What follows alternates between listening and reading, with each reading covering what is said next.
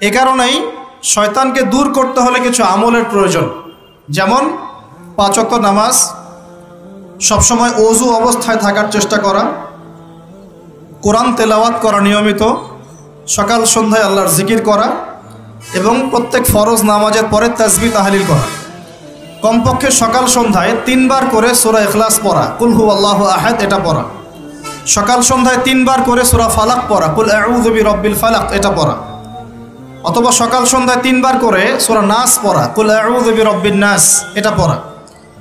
সকাল সন্ধ্যায় কমপক্ষে 2 বার আয়াতুল কুরসি তেলাওয়াত করা। রাতের বেলা সম্ভব হলে সূরা মুলক তেলাওয়াত করা, অথবা সূরা বাকারার শেষের 3টা আয়াত তেলাওয়াত করা। এগুলো যে ব্যক্তি নিয়মিত তেলাওয়াত করে, চর্চা করে, সে শয়তানের ওয়াসওয়াসা থেকে দূরে থাকবে ইনশাআল্লাহ। আর শয়তানের ওয়াসওয়াসা অনেকভাবে হতে পারে। মানসিক কোনো কোনো ক্ষেত্রে চোখের বদনজরও লাগতে পারে। চোখের বদনজর কিন্তু সত্য, যদিও বা বর্তমান বিজ্ঞান এগুলোকে স্বীকার করে না। আর বিজ্ঞান কোনো কিছুকে স্বীকার করলেই আমরা মানব, আর স্বীকার না করলে মানব না, এটা একটা কুফরি আকীদা। কি আকীদা? কুফরি আকীদা। বিজ্ঞান, যুক্তি, দর্শন এগুলো আল্লাহর বিধানের আওতাধীন। আল্লাহ পাকের বিধান এবং ওহী বিজ্ঞান, যুক্তি, দর্শনের আওতাধীন নয়। এই কনসেপ্টটা মুসলিমদেরকে আগে ক্লিয়ার করতে হবে। আল্লাহ রাব্বুল আলামিন তার ওহীর মধ্যে যে জ্ঞান নাজিল করেছেন এটা চূড়ান্ত। কোনো জ্ঞান যদি এর ভিতরে পড়ে যায় সেটা আমরা গ্রহণ করব, যেটা এর বাইরে চলে যাবে সেটাকে গ্রহণ করার প্রয়োজন নাই। দুর্ভাগ্যজনক হচ্ছে পশ্চিমারা সর্বপ্রথম নষ্ট করে দিয়েছে মুসলিম কমিউনিটিগুলোর পলিটিক্যাল সিস্টেম। দ্বিতীয়ত ধ্বংস করেছে মুসলিম জাতিগুলোর সামাজিক ব্যবস্থা। তৃতীয়ত ধ্বংস করেছে মুসলিমদের কালচার, সংস্কৃতি। চতুর্থ ধ্বংস করেছে মুসলিমদের অর্থনীতি। আর এখন ধ্বংস করতে চাচ্ছে মুসলিমদের শিক্ষানীতি। সর্বপ্রথম যে বিষটা দেওয়া হয়েছে পশ্চিমা সভ্যতা থেকে, সেটা হলো মুসলিমদের একটা কমিউনিটি ছিল ইউনাইটেড, এটাকে কেটে টুকরা টুকরা করে বিভক্ত করে ফেলা হয়েছে। এটা 1 নম্বর কাজ তারা করেছে। 2 নম্বর, পলিটিক্যাল সিস্টেমগুলোর মধ্যে বিষ ঢুকিয়ে দেওয়া হয়েছে। বিষ, এখানে ভাইয়ে ভাইয়ে মারামারি করবে। এখন ভাই ভাই, দুজনেই ভাই। আচ্ছা, 3 নম্বর করা হয়েছে কালচার। আমাদের যে কালচারগুলো আছে, এই কালচারগুলোকে ধ্বংস করে দেওয়া হয়েছে। পশ্চিমা কালচারে সব কিছুই চলছে, আমাদের চেহারা স্রোত থেকে শুরু করে আকীদা, আদর্শ, সব কিছুই, পরিবার, সব কিছুই। পশ্চিমা কালচার ছাড়া আমরা চলতে পারছি না। একটা বিয়ে হবে, সেই বিয়েতেও গিয়ে দেখবেন প্রথমে গায়রে মাহরাম, মাহরামের কোনো বাস বিচার নাই। যে যাকে পাচ্ছে হলুদ মাখাচ্ছে, ডিজে পার্টি হচ্ছে, ধুমধারাক্কা গান হচ্ছে। বিয়ে শুরুটাই হচ্ছে পশ্চিমা কালচার দিয়ে। প্রত্যেকটা সেক্টরে অর্থনীতি, আল্লাহ পাক ব্যবসা হালাল দিয়েছেন। আল্লাহ পাক দিয়েছেন যাকাত ভিত্তিক অর্থনৈতিক সিস্টেম, সাদাকা, ওশর, সাদাকাতুল ফিতর ইত্যাদি। এগুলো সব বাদ। এখন চলছে সুদ। কি চলছে? সুদ আর প্রতারণা, ঘুষ আর দুর্নীতি। এখানেও পশ্চিমা কালচার। আরেকটা কি? শিক্ষা। এখন শিক্ষার মধ্যেও আস্তে আস্তে সব পশ্চিমা কালচার ঢুকে দেওয়ার চেষ্টা করছে। আর আমরা কি করছি আসলে? আমরা আপোষে মারামারি কাটাকাটি করছি, আপোষে গীবত, তহমত, সমালোচনায় ব্যস্ত আছি। কে কার ভুল ধরবো, কে কাকে আন্ডারস্টিমেট করব, কে কাকে অনলাইনে ধুয়ে রেখে দিব, এগুলোই আমাদের কাজ। তো আল্লাহ পাক আমাদেরকে বুঝ দান করুন, বোধ শক্তি দান করুন। আল্লাহ পাক যেন আমাদেরকে বোঝার তৌফিক দেন কোরআন এবং সুন্নাহর মধ্যে যে জ্ঞানটা আছে এটাই চূড়ান্ত। এর বাইরে অনেক জ্ঞান থাকতে পারে, সেই জ্ঞান আমরা নিব না এমন নয়, সেই জ্ঞানও আমরা নিব, কিন্তু যখন সেটা কোরআন সুন্নাহর মানদণ্ডে টিকে যাবে তখন নিব। দেখা যায় কোরআন সুন্নাহর সাথে সাংঘর্ষিক, সেই জ্ঞানটা আমরা নিব না, সিম্পল। কারণ আমরা তো মুসলিম, অন্যদের পরকালীন কনসেপ্ট নাই, অন্যদের পরকালের হিসেব নিকাশের ভয় নাই, তাদের পরকালীন কোনো চেতনা নাই, কিন্তু আমাদের আছে না? আমাদেরকে মৃত্যুবরণ করতে হবে, কবরে সওয়াল জবাব দিতে হবে, আমাদের হাসর, মিজান, পুলসিরাত আমাদের সামনে অপেক্ষা করছে। আর আমরা চাই জান্নাতে যেতে। কোথায় যেতে? জান্নাতে যেতে। তাহলে আমাদেরকে তো 8-10টা মানুষের মতো চিন্তা করলে হবে না, হবে? অতএব জীবনের প্রতিটা ক্ষেত্র আল্লাহ পাকের ওহীর বিধানে যে চলবে, ইনশাআল্লাহ সে সফল, দুনিয়াতেও সফল, পরকালেও সফল ইনশাআল্লাহ। আর আমরা ইসলাম কারো উপর জোর করে চাপিয়ে দিব না। দিব? ইসলামের মধ্যে জোর জবরদস্তি নাই। লা ইকরাহা ফিদ্দিন, দ্বীনের মধ্যে কোনো জোর জবরদস্তি নাই। সত্য মিথ্যাকে স্পষ্ট করে উপস্থাপন করতে হবে। যার মনের মধ্যে আল্লাহ পাক হেদায়েত দিবেন সে সত্যের পথে চলে আসবে ইনশাআল্লাহ। যাকে আল্লাহ পাক হেদায়েত দিবেন না তাকে আপনি হাজার দিন বোঝালেও সে সত্য গ্রহণ করবে না। অতএব ফাযাক্কির ইন্নামা আনতা মুযাক্কির, আল্লাহ পাক বলেছেন তুমি উপদেশ দাও, তুমি শুধু উপদেশ দাতা মাত্র। লাস্তা আলাইহিম বিমুসাইতির, তুমি কারো প্রতি দারোগা নও, কাউকে চাপিয়ে দিতে পারবে না। ফাযাক্কির ইন নাফাআতিয যিকরা, উপদেশ দাও যদি উপদেশ কাজে লাগে। সায়াযাক্কারু মান ইয়াখশা, যে আল্লাহকে ভয় করে সে অচিরেই কিন্তু উপদেশ গ্রহণ করবে। আল্লাহ পাক আমাদের সবাইকে আল্লাহর উপদেশ অর্থাৎ কোরআন সুন্নাহর ওহীর জ্ঞান অর্জন করার তৌফিক দান করুন এবং সেই জ্ঞান অনুযায়ী আমল করার তৌফিক দান করুন। আল্লাহ পাক মানুষ সৃষ্টি করে কি করেছেন সেটা জানার আগে আমরা এটা জানবো যে আল্লাহ রাব্বুল আলামিন যখন একা ছিলেন তারপর আল্লাহ পাক কি করেছেন, জানতে ইচ্ছা করে না? আচ্ছা, আজকে আমরা হিস্ট্রিটা বলছি, শুনুন। আস্তে আস্তে আমি যুবকদের দিকেও আসবো এবং সমকালীন প্রেক্ষাপটেও আসবো ইনশাআল্লাহ। আর সবশেষে আমরা ফিনিশিং দিব এভাবে, সমকালীন প্রেক্ষাপটে আমাদের করণীয় কাজগুলো কী কী, আল্লাহ পাক আমাদেরকে বোঝার তৌফিক দেন। আল্লাহ পাক একা ছিলেন, তারপর আল্লাহ সৃষ্টি করেছেন আরশে আজিম। এই জায়গাটা একটু ফাঁকা করো প্লিজ। আল্লাহ পাক সৃষ্টি করেছেন কি? আরশে আজিম। আরশ কি জিনিস? যেই আরশের ছায়ায় আল্লাহ পাক কিয়ামতের মাঠে 7 শ্রেণীর মানুষকে ছায়া দিবেন, যেদিন এই ছায়া ছাড়া অন্য কোনো ছায়া থাকবে না। আরশটাকে একটু বুঝি। একটা হাদিসের মধ্যে নবী সাল্লাল্লাহু আলাইহি ওয়াসাল্লাম বলেছেন, নবীর নাম শুনলেই দরুদ পড়বেন, বলবেন সাল্লাল্লাহু আলাইহি ওয়াসাল্লাম। নবীজি বলছেন, দেখো এই পৃথিবী থেকে প্রথম মহাবিশ্বের দূরত্ব হচ্ছে 500 বছরের পথ। কত বছর? 500 বছর। এভাবে দ্বিতীয় মহাকাশ থেকে তৃতীয় মহাকাশ দূরত্ব 500 বছরের পথ। এইভাবে প্রত্যেক আসমানের মধ্যে দূরত্ব হচ্ছে কত বছরের পথ? 500। সপ্তম আসমানের উপরে আছে সিদরাতুল মুনতাহা। কি আছে? এটা একটা কুল গাছ, বড়ই গাছ। নাসা আবিষ্কার করতে পেরেছে, অতএব বিশ্ববাসী বিশ্বাস করবে না। নাসা যদি কালকে বলে হ্যাঁ পাওয়া গেছে সিদরাতুল মুনতাহা, তাহলে বিশ্ববাসী বিশ্বাস করবে। একটা শিরকি দর্শন চলছে, কুফরি দর্শন। ও যখন বলবে হ্যাঁ তখন সবাই বলে হ্যাঁ, যখন তারা বলে না সবাই বলে না। আল্লাহ পাকের ওহীর জ্ঞানের কোনো মূল্য নাই সবার কাছে, ইল্লা মাশাআল্লাহ। সিদরাতুল মুনতাহার উপরে আছে কুরসি। কি আছে? কুরসি। আল্লাহ পাকের কুরসি, যেটা আপনি আয়াতুল কুরসির মধ্যে পড়েন, ওয়াসিআ কুরসিয়ুহুস সামাওয়াতি ওয়াল আরদ, মানে আল্লাহ পাকের কুরসিটা আসমান জমিনকে ঘিরে রেখেছে।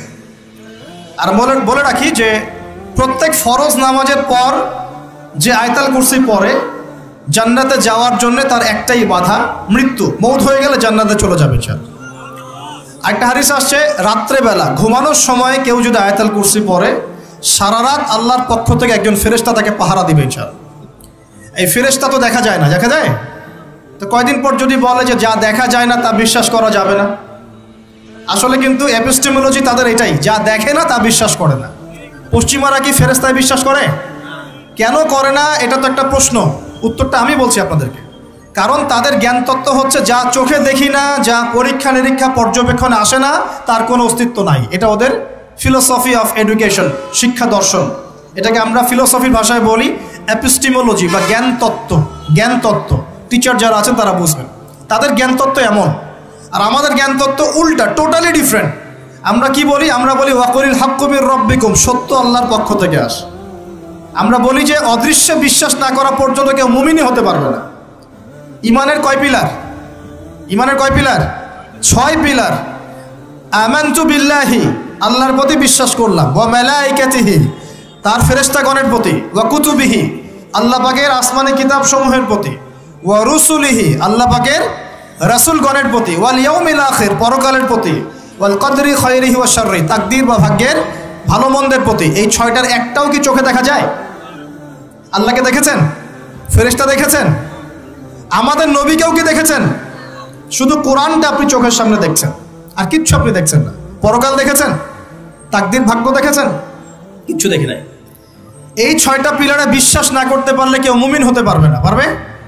আলিফ লাম মিম যালিকাল কিতাবু লা রাইবা ফি হুদাল লিল মুত্তাকিন। কারা মুত্তাকি? আল্লাযীনা ইউমিনুনা বিল গায়বি। এই যে 6টা গায়েবে যারা বিশ্বাস করে এরা হলো মুমিন, মুত্তাকি।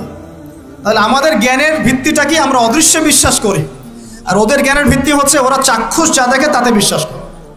এই জায়গাতেই তো পার্থক্য জ্ঞানতাত্ত্বিক। এই কারণেই ওরা ফেরেশতায় বিশ্বাস করে না, আল্লাহ বিশ্বাস করে না, নবী রসুলগণে বিশ্বাস করে না। তারা বলছে আল্লাহর সন্তান আছে, নাউযুবিল্লাহ। হ্যাঁ, তারা আসমানি কিতাবে বিশ্বাস করছে না, তার ধর্মের কনসেপ্টে বিশ্বাস করছে না, তারা পরকাল, পুনরুত্থান, হাসর, কিয়ামত, মিজান, পুলসিরাত কিছুই বিশ্বাস করে। বিশ্বাসগত পার্থক্য এখানে। এখন মুমিন মুসলিম হিসাবে আমরা বিশ্বাস করি আল্লাহ পাকের ফেরেশতা আছে না নাই? আছে। এখন এই ফেরেশতারা 8জন ফেরেশতা, বড় বড় 8জন ফেরেশতা, তারা আল্লাহ পাকের আরশটাকে ধরে রেখেছে। কয়জন ফেরেশতা? 8জন। এই 8জন ফেরেশতা আল্লাহর আরশকে টেনে নিয়ে আসবে কিয়ামতের মাঠে। বলেন সুবহানাল্লাহ। আল্লাহ পাকের এমনও ফেরেশতা আছেন যারা একটা ফুৎকার দিবে, জাস্ট একটা ফু, এক ফুৎকারে পুরো মহাবিশ্ব ধ্বংস হয়ে যাবে। এত শক্তিশালী ফেরেশতা আছে আল্লাহ পাক। আমরা যখন মায়ের গর্ভে ছিলাম, এরকম একজন ফেরেশতাই আল্লাহর পক্ষ থেকে রূহ নিয়ে এসে মায়ের গর্ভে ফুঁকে দিয়েছে এবং আল্লাহর হুকুমে 4টা বিষয় লিখে দিয়েছে। আমরা প্রত্যেকে যখন মায়ের গর্ভে ছিলাম, বয়স ছিল 4 মাস 10 দিন। আমরা তো সব ভুলে গেছি এখন এগুলো, মাত্র 4 মাস 10 দিন। এখন শরীরে শক্তি আছে তো, এই জন্য শৈশব, বাল্যকাল সব ভুলে গেছে। আবার একদিন শরীরে শক্তি থাকবে না, তখন আবার আল্লাহ আল্লাহ করা শুরু করো। 2 দিন ডায়রিয়া হলেই আল্লাহ আল্লাহ শুরু হয়ে যায়। যখন মানুষ সুস্থ থাকে আল্লাহর বিরুদ্ধাচারণ করে, আল্লাহ বলতে কেউ নাই। ঠিক আছে? তো ওই ফেরেশতা লিখে দিয়েছেন 4টা জিনিস আল্লাহর পক্ষ থেকে। 1, সেই ব্যক্তির হায়াত কতটুকু হবে। 2, দুনিয়াতে রিজিক পাবে, কি কি রিজিক পাবে। 3 নাম্বার, তার কাজগুলো কি কি হবে, দুনিয়ায় কি কি কাজ করবে সে। আর 4 নাম্বার, তার সৌভাগ্য, সে সৌভাগ্যবান হবে না দুর্ভাগ্যবান হবে, মানে জান্নাতি হবে না জাহান্নামী হবে। এটা লিখে দেওয়া হয়ে গেছে। এখন এরকম 8জন বড় বড় ফেরেশতা আল্লাহর আরশটাকে ধরে রেখেছেন। আর আমরা বলছি কুরসির কথা। এই কুরসি আসমান জমিনকে ঘিরে আছে। আর আয়াতুল কুরসি যে ব্যক্তি তেলাওয়াত করবে, ইনশাআল্লাহ তাআলা আল্লাহর পক্ষ থেকে একজন ফেরেশতা তাকে সারা রাত পাহারা দিবে ইনশাআল্লাহ। এই কুরসির উপরে কি আছে? এই কুরসির উপরে আছে মহাসাগর। কি আছে? অ্যামেজিং না? কখনো শুনেছেন? কুরসির উপরে আছে মহাসাগর। কানা আরশুহু আলাল মা। আল্লাহ পাক সূরা হুদের মধ্যে বলেছেন আল্লাহর আরশটা ছিল পানির উপরে। কিসের উপরে? এই মহাসাগরের গভীরতা নবীজি বলছেন এটা হচ্ছে 500 বছরের পথ। কত বছর? 500 বছর গভীর। আর আমরা যে সাগর দেখি, এই সাগরের নিচে কি আছে কে বলতে পারবে? এই সাগরের নিচে কি আছে? এই সাগরের নিচে আছে আগুন। কি আছে? আগুন। কিয়ামতের মাঠে এই বঙ্গোপসাগরে আগুন লেগে যাবে। মানুষ কি বিশ্বাস করতে পারে? এখন যে সাগরটা দেখছেন পানি ভর্তি মহাসাগর, এখানে আগুন লেগে যাবে। আগুন দিয়ে সাগর জ্বলতে থাকবে। কিয়ামত যদি কেউ চোখে দেখতে চায়, সে যেন সূরা তাকবীর পড়ে। কোন সূরা? সূরা তাকবীর। আমপারায় দেখবেন সূরা তাকবীর আছে। ইদা শামসু কুবিরাত ওয়া ইদা নুজুমু কাদারাত ওয়া ইদাল জিবালু সুয়িরাত ওয়া ইদাল ইশারু উতিলাত ওয়া ইদাল উহুশু হুশিরাত ওয়া ইদাল বিহারু উজ্জিরাত। এই যে আয়াতটা বলছিলাম। তো প্রিয় ভাইরা, সাগর নিয়ে দুটো কথা বলেই দেই। সেটা হলো আল্লাহ পাকের সমস্ত সৃষ্টি আল্লাহ পাকের তাসবিহ পাঠ করে। এমনকি এই সাগরও আল্লাহর তাসবিহ পাঠ করে। এবং প্রতিটা সৃষ্টি পরকালের সাক্ষী হয়ে থাকবে। ওই সাগরের কিনারে দাঁড়িয়ে যারা ন্যাংটা হয়ে নগ্ন হয়ে দাঁড়িয়ে আছে, গোসল করছে, সাগর তাদের বিরুদ্ধে সাক্ষী দিবে। ওখানে দাঁড়িয়ে যারা গাঁজা খাচ্ছে, ফেন্সিডিল খাচ্ছে, ইয়াবা খাচ্ছে, সমকামিতা করছে, গান বাজনা করছে, সাগর ওদের বিরুদ্ধে সাক্ষী দিবে। এই যে আজকে যেখানে বসে আমরা ওয়াজ মাহফিল করেছি, দিনের কথা বলেছি, এই মাটি কালকে আমাদের সাক্ষী দিবে এখানে ভালো কিছু হয়েছে। গোপনে যেখানে জিনা করেছেন পতিতালয়ে, সেই পতিতালয়ের মাটি আপনার বিরুদ্ধে সাক্ষী দিবে। আল্লাহ পাকের প্রত্যেকটা সৃষ্টি আল্লাহর কাছে সাক্ষী প্রদান করবে আমাদের বিরুদ্ধে অথবা পক্ষে। আল্লাহ আমাদেরকে বোঝার তৌফিক দান করুন। সাগর থেকে শেখার অনেক কিছু আছে। সে নীরবে আল্লাহ পাকের হুকুম পালন করে যায়। কখনো কি সে হুকুম পালন করতে থেমে যায়? আসমানের পাখির দিকে হেদায়েত আছে, তারা আল্লাহ পাকের তাসবিহ পাঠ করে। গাছপালা আল্লাহর তাসবিহ পাঠ করে। আসমান, জমিন, চন্দ্র, সূর্য যা আছে আল্লাহ পাকের সমস্ত সৃষ্টি আল্লাহর তাসবিহ পাঠ করে। আল্লাহ পাকের 2টা নাফরমান সৃষ্টি আছে, একটা হলো মানুষ আর একটা হলো জিন জাতি। এই দুটোই সবচেয়ে নাফরমান সৃষ্টি। ওইদিকে আমি পরে আসছি। সাগর কি শেখায়? বিনয়ী হতে শেখায়। কারণ সে অনেক শক্তিশালী। সে অনেক শক্তিশালী এবং প্রচুর সম্পদে ভরা। এই সাগর এই পুরো এলাকার বা পুরো দেশের কোটি কোটি মানুষের রিজিকের উৎস এই সাগর। তার ভিতরে আল্লাহর রিজিক আছে, সম্পদ আছে। অনেক সম্পদে পরিপূর্ণ থাকার পরেও সাগর খুব শান্ত, তার মধ্যে খুব উদ্ধত অহংকারী আচরণ দেখা যায়। ঠিক আল্লাহর জ্ঞানী মানুষরা সমুদ্রের মতো হয়, তাদের ভিতরে অনেক জ্ঞান থাকে, কিন্তু তারপরেও তারা শান্ত থাকে, বিনয়ী থাকে। আর যাদের ভিতরে সম্পদ কম তাদের লাফালাফি বেশি। কথা বুঝতে পারছেন? সাগর এত শক্তিশালী হওয়া সত্ত্বেও আপনি তার সামনে গিয়ে দাঁড়ালে সে আপনার পা ধুয়ে দেয়। আল্লাহর বিনয়ী মানুষরা এমনই হয়, অনেক শক্তিশালী হওয়া সত্ত্বেও, সম্পদশালী হওয়া সত্ত্বেও তারা আপনার পা ধুয়ে দিবে। অনেক শেখার আছে, অনেক কিছু। সাগর সম্পর্কে অনেক আয়াত আছে কোরআনে। যখন সাগরে নৌযান চলাচল করে তখন আল্লাহ পাক যদি ঝড় ঝাপটা দেন, প্রাকৃতিক কোনো বিপর্যয় দেন, তাহলে মানুষ মুখলেসভাবে আল্লাহকে ডাকা শুরু করে। যখন সে সেখান থেকে উদ্ধার পায়, আল্লাহ পাক উদ্ধার করে দেন, বিপদ থেকে বাঁচিয়ে দেন, আবার সে আল্লাহর সাথে শিরিক করা শুরু করে। এই আয়াতগুলো সূরা ইউনূসের মধ্যে আছে। তো আমরা চেষ্টা করব সাগরের মতো সম্পদশালী হওয়ার জন্য। সম্পদশালী ভিতর থেকে, ভিতরে সম্পদ থাকবে, যেমন ভিতরে জ্ঞান থাকবে কিন্তু বাইরে বিনয়ী ভাব থাকবে। সাগরের মতো পা ধুয়ে দেওয়ার মানসিকতা থাকতে হবে। এবং যখন সে আল্লাহর হুকুমে মানে গর্জন প্রদান করা শুরু করে তখন কিন্তু সামন পিছন সব ভাসিয়ে নিয়ে চলে যায়। তাই নর্মালি শান্ত থাকতে হবে, যখন আল্লাহর হুকুম আসবে তখন ঝাঁপিয়েও পড়তে হবে। কথা কি বুঝতে পারছেন? সমুদ্রের মতো অনেক কিছু শেখার আছে। এগুলো শিখতে হলে আগে দৃষ্টিভঙ্গি চেঞ্জ করতে হবে। সাধারণ মানুষের মতো সব দেখলে হবে না, আপনাকে খিদির আলাইহিস সালামের মতো দেখতে হবে। কার মতো? মুসা আলাইহিস সালাম বলছেন যে নৌকা ফুটা করলেন কেন? সূরা কাহফ কেউ পড়েছেন? সূরা কাহফ পড়েছেন তো? নবী মুসা আলাইহিস সালাম বলছেন নৌকা ফুটা করলেন কেন? তিনি বলছেন নৌকা ফুটা না করলে জলদস্যু নিয়ে চলে যেত। মুসা আলাইহিস সালাম বলছেন নিষ্পাপ বাচ্চাকে হত্যা করলেন কেন? খিদর আলাইহিস সালাম বলছেন এই বাচ্চাকে হত্যা না করলে এই বাচ্চা বড় হয়ে বড় কাফের হতো, পিতা মাতাকেও কাফের বানাতো। মুসা আলাইহিস সালাম বলছেন এই দেয়াল কেন নির্মাণ করলেন পারিশ্রমিক ছাড়াই? তিনি বলছেন দেয়াল নির্মাণ না করলে এর নিচে থাকা সম্পদ, এতিম বাচ্চাদের সম্পদ মানুষ নিয়ে চলে যেত। তিনটা প্রশ্নেই মুসা আলাইহিস সালাম বাইরের চোখ দিয়ে দেখেছেন, খিদর আলাইহিস সালাম তার ভিতরের চোখ দিয়ে দেখেছেন। এই যুগে যদি আপনি ফিতনা চিনতে চান, দাজ্জালীয় সভ্যতাকে চিনতে চান, তাদের প্ল্যানগুলো বুঝতে চান, স্বাভাবিক দৃষ্টিভঙ্গি দিয়ে দেখলে হবে না, ভিতরের চোখ দিয়ে দেখা শিখতে হবে। এটা সবচেয়ে বড় কথা আজকের মাহফিলে। দৃষ্টিভঙ্গি চেঞ্জ করতে হবে, তারপরে আপনি ফিতনা ধরতে পারবেন, সমাধানও খুঁজে বের করতে পারবেন ইনশাআল্লাহ। তবে বাস্তবতা কি জানেন?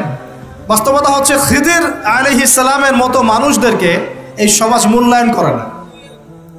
যাদের মধ্যে খিদিরের মতো অন্তর্দৃষ্টি আছে তাদেরকে সমাজ মূল্যায়ন করে না, তাদেরকে মানুষ বলে পাগল। যেমন নবী সাল্লাল্লাহু আলাইহি ওয়াসাল্লামকেও মানুষ বলেছিল মাজনুন, পাগল হয়ে গেছে।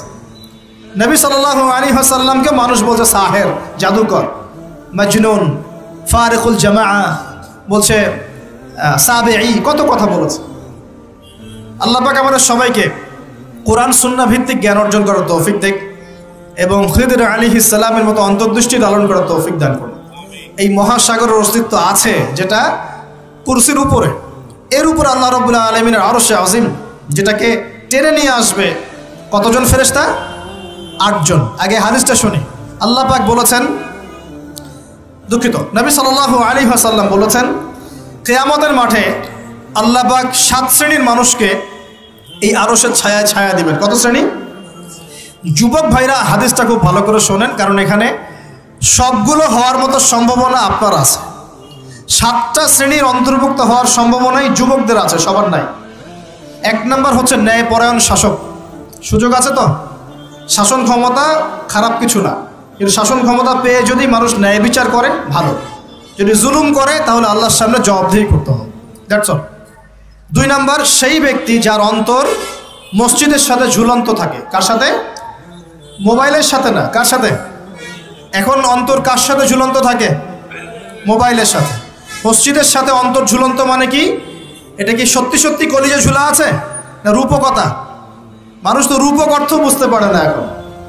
মানে আপনি নামাজের জন্য, জামাতে নামাজ পড়ার জন্য উদ্গ্রীব হয়ে থাকেন, এটা হলো মসজিদের সাথে ঝুলন্ত হৃদয়। এরপর সেই ব্যক্তি, সেই যুবক যে তার যৌবনকালটা আল্লাহ পাকের ইবাদতে কাটিয়ে দিয়েছে, সুযোগ আছে না? আছে কি নাই? যুবকদের সুযোগ আছে কি নাই? 4 নাম্বার, সেই ব্যক্তি বা সেই দুই ব্যক্তি যারা একে অপরকে আল্লাহর জন্য মহব্বত করে। বয়ফ্রেন্ড গার্লফ্রেন্ড ট্রেডিশন বলা হচ্ছে না, বয়ফ্রেন্ড গার্লফ্রেন্ডের হারাম জেনার ভালোবাসা বলা হচ্ছে না। কি বলা হচ্ছে? দিনের জন্যে, আল্লাহর জন্যে দুজন পরস্পরকে ভালোবাসে, আল্লাহর জন্যেই বিচ্ছেদ ঘটে। 5 নাম্বার, সেই ব্যক্তি যাকে, যুবক ভাই শোনেন ভালো করে, সেই ব্যক্তি যাকে কোনো সুন্দরী নারী জেনার জন্যে ডাকে, সুন্দরী উচ্চ বংশের কোনো মেয়ে নিজেই জেনা করার জন্য ডাকে, কিন্তু যুবক বলে আমি আল্লাহকে ভয় করি, ইন্নী আখাফুল্লাহ, আমি আল্লাহকে ভয় করি। এরকম যুবক আছে এখনো বাকি সমাজে? এখন তো ইচ্ছা করেই মানুষ জেনা করে। এখন তো জেনা এত সহজ, মানুষ 1000, 1500, 2000 টাকা দিয়ে জেনা করতে পারে। এই সমাজে জেনা সহজ, বিয়ে হয়েছে কঠিন। আল্লাহ রাব্বুল আলামিন একা ছিলেন, হুয়াল আউয়ালু ওয়াল আখিরু ওয়াজ যাহিরু ওয়াল বাতিনু ওয়া হুয়া বিকুল্লি শাইইন আলিম। আল্লাহ পাক সূরা হাদীদ এর 3 নম্বর আয়াতে বলেছেন, আল্লাহ পাকই প্রথম, আল্লাহই শেষ, আল্লাহ পাকই প্রকাশ্য, আল্লাহই গোপন, এবং তিনি প্রত্যেকটা বিষয় সম্পর্কে জ্ঞানী। এক সময় কিছুই ছিল না, শুধু আল্লাহ রাব্বুল আলামিন ছিলেন। আবার একটা সময় আসবে কিছুই থাকবে না, শুধু আল্লাহ পাক থাকবেন। আল্লাহ পাক প্রকাশ্য, অর্থাৎ আল্লাহ পাকের নিদর্শনগুলো প্রকাশ্য, এগুলোকে দেখে আল্লাহকে চিনতে হবে। আল্লাহ পাক গোপন, আল্লাহর মারেফত গোপন, এটাকে খুঁজে নিতে হয়, সবার সামনে এসে ধরা দিবে না। আল্লাহকে চেনার এবং আল্লাহকে পাওয়ার যে রাস্তা, এটা আপনাকে খুঁজতে হবে। ওয়া হুয়া বিকুল্লি শাইইন আলিম, আল্লাহ পাক প্রত্যেকটা বিষয় সম্পর্কে জ্ঞানী, এমন কিছুই নাই যে আল্লাহ পাকের জ্ঞানকে অতিক্রম করতে পারে। আল্লাহ পাক যাকে যতটুকু জ্ঞান দিয়েছেন এর বাইরে কারো কোনো জ্ঞান নাই। সর্বপ্রথম আল্লাহ পাক একা ছিলেন। এখন যদি কারো মনে ওয়াসওয়াসা বা শয়তানি চলে আসে যে আল্লাহ পাক সবাইকে সৃষ্টি করেছেন, তাহলে আল্লাহকে কে সৃষ্টি করেছে, যেমনটা অনেকে এখন কথা বলে থাকে, তখন দায়িত্ব হচ্ছে বলতে হবে আমানতু বিল্লাহি ওয়া রুসুলিহি। কি বলতে হবে?